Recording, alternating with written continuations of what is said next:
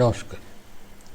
আজকে আমি এই ভিডিওটিতে দেখাচ্ছি শুধুমাত্র পেঁয়াজ শাক খাবার জন্য হাইড্রোপনিক পদ্ধতিতে কিভাবে পেঁয়াজ চাষ করবেন।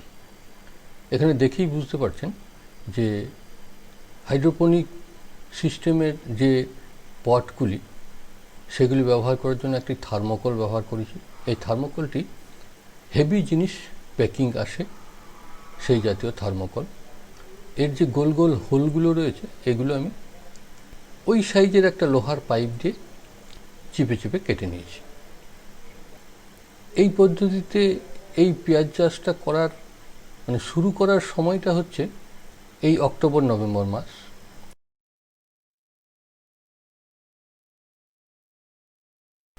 এগুলি দেখছেন ছোট পেঁয়াজ। আমরা যারা বাংলায় বাস করেন তারা জানেন এটা ছাঁচি পেঁয়াজ নামেও খ্যাত। এর বদলে আপনারা বড় পেঁয়াজের চাষও করতে পারেন। এখানে দেখছেন আমি যেটা ব্যবহার করছি কাঠের ছিলকে, যেটা কাঠ রেঁধা করার পর যে ছিলকেটা বেরোচ্ছে সেই ছিলকেটা আমি ব্যবহার করছি। এই জায়গায় আপনারা কোকোপিট ব্যবহার করতে পারেন, পাতা পচা ব্যবহার করতে পারেন, খড় পচা ব্যবহার করতে পারেন। খড় পচা বা পাতা পচাতে খুব ভালো হবে। এই যে পটগুলি আমি ব্যবহার করেছি এগুলি যে কোনো নার্সারি থেকে কিনতে পাওয়া যায়। নিচেতে যে পটটা আমি ব্যবহার করছি এটা এমনি সাধারণ জলপাত্র হিসেবেই ব্যবহার হয়, আবার এইরকম পাত্র গাছ লাগানোর জন্য নার্সারি থেকে কিনতে পাওয়া যায়। এর সাইজটা হচ্ছে ডেপথ 1 ফুট মতো, আর 1.5 থেকে 2 ফুট, এটা 2 ফুট মতো চড়াটা আছে। এখন দেখছেন ওই 20-22 দিন পরের অবস্থা।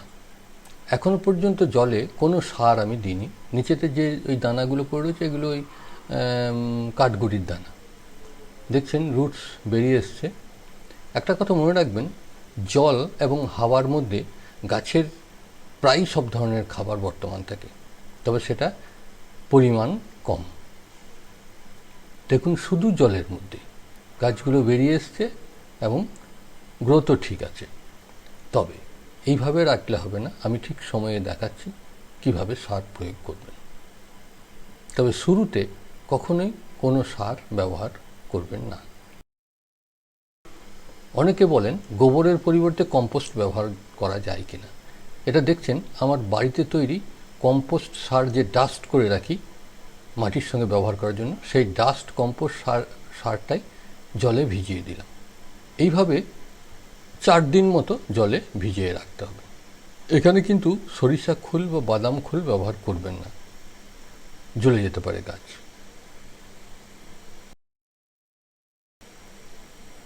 প্রায় 1 মাস হয়ে গেল, গাছের গ্রোথটা দেখুন কেমন হয়েছে। সময় যাই হোক, এইরকম গ্রোথ হওয়ার পর আমি সারটা ব্যবহার করছি।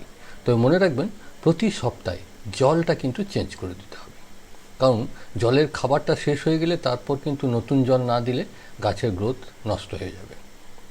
এখন দেখুন আমি ওই কম্পোস্ট সারের জলটা ছেঁকে নিয়েছি, সেই জলটা আমি এই জলের সঙ্গে মিশিয়ে দিচ্ছি। আমার এই পাত্রের মধ্যে 5-6 লিটার মতো জল আছে।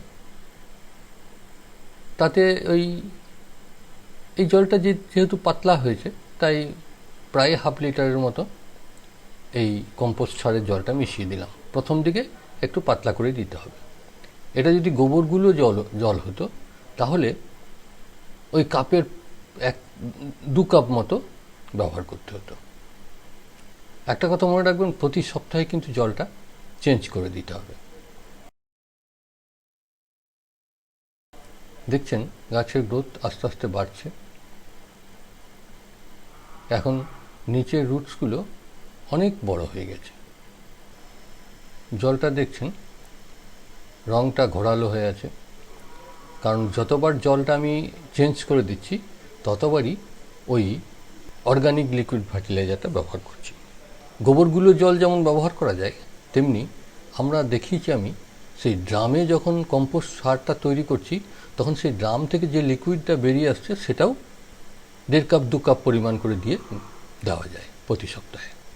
আমি কিন্তু এখনো পর্যন্ত কোনো রাসায়নিক সার ব্যবহার করিনি। আপনারা যদি এর থেকে বেশি গ্রোথ চান, দেখবেন নীল মানে সবুজ, গাঢ় সবুজ হয়ে যাবে, সেক্ষেত্রে আপনাদেরকে এনপিকে এই 6-7 লিটার জলে হাফ চামচ পরিমাণ সপ্তাহে একবার করে এই সারের সঙ্গে মিশিয়ে দিতে পারেন। এখন দেখুন আমি শাকগুলো একবার কেটে নিচ্ছি।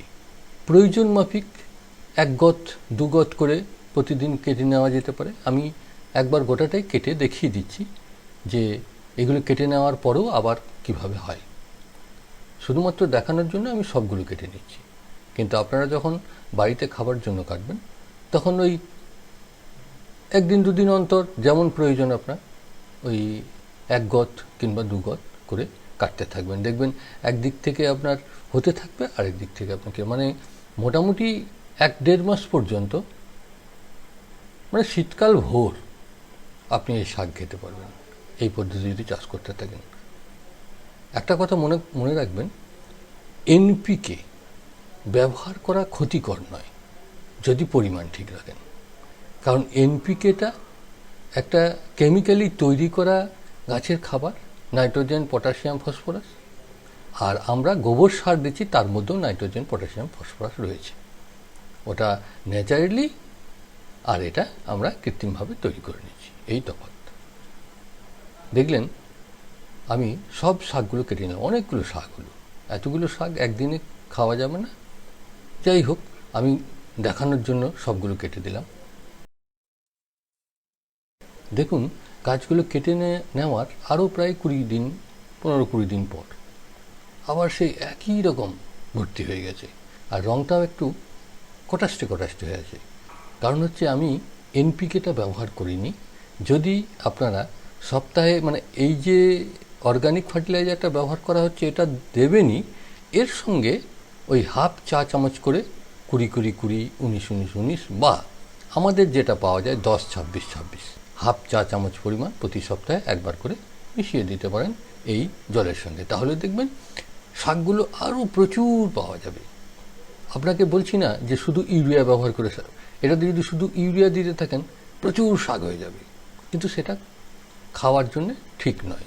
কারণ নাইট্রোজেন প্রচুর শরীরে ঢুকলে শরীরে ক্ষতি করতে পারে। তাই আমি বলবো না কখনই নাইট্রোজেনটা, সরাসরি নাইট্রোজেন ব্যবহার করুন। এনপিকে যেখানে একটা সমপরিমাণ মিশ্রিত করা হয়, সেই 19-19-19 বলুন, 20-20-20 বলুন, বা 10-26, সব থেকে ভালো সার হচ্ছে 10-26-26, যেটার মধ্যে একটা সমতা বজায় রাখা হয়েছে।